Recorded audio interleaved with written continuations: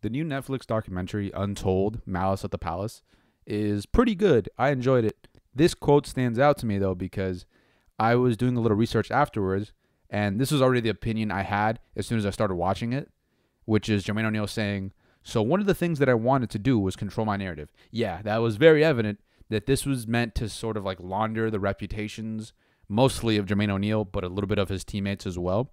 Of all the people involved in that incident, he's like one of the lowest people on the list that I think that like comes up of, when I'm doing the Rolodex of who was involved. He's like fourth. He's like after Ron Artest, who's not Ron Artest anymore. He's now Meta Sandiford Artest and Steven Jackson, and then Ben Wallace. That's like the people I think of. And then I think of Jermaine O'Neal. So it's interesting that he felt the most like he's still connected to that event, or the one who felt the most need to say something about it. But watch the documentary. I'll say that first. Watch it. It's not too long. It's about an hour, and it's pretty good.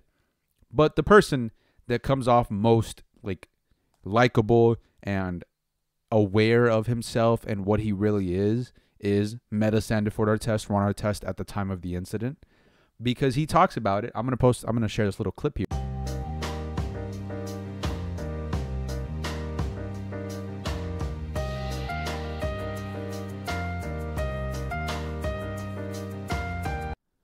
Meta Sandiford Artest is the person on the show who most would require to be cleaned of the stench of that incident, and yet he's the person, when you watch it, who least seems like he has an agenda. He just really wants to talk about it in an honest way.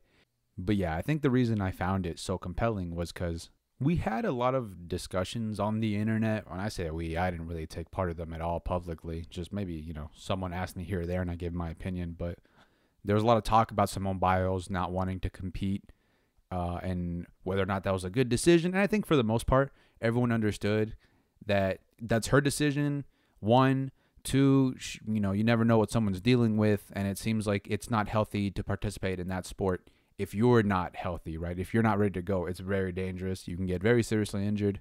On top of, there's someone on your team that can replace you, right? If you're going to be very bad at your job and the sport already allows for replacements, you should use that replacements.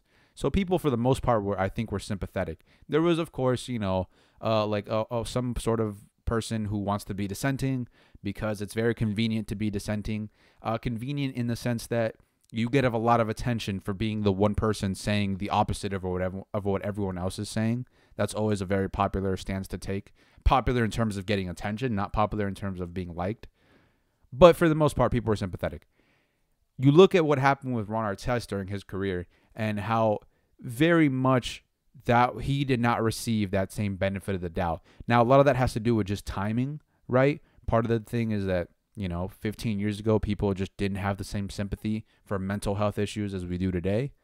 I know mental health issues is doing a lot of heavy lifting there. Like, it means a lot of different things for both people involved in this story.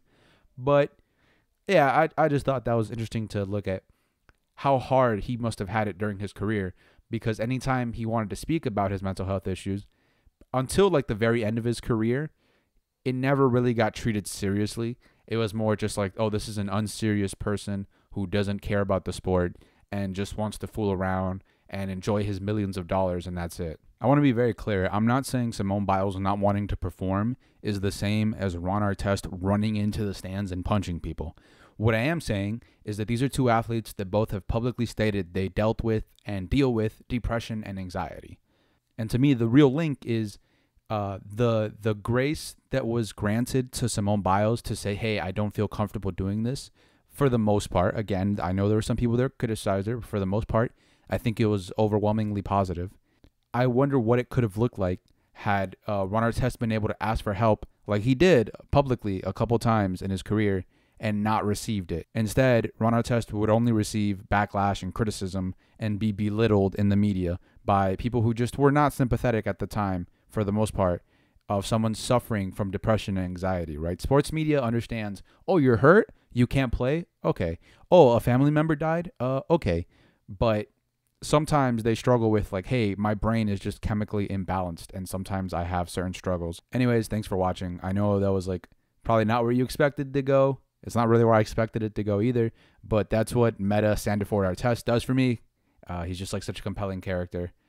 Person. He's a compelling person. And that's why I think you should watch it, if only just to see him and to see the way he speaks about himself and the honesty he can have now, many years after years of therapy and overcoming some of the difficulties he had.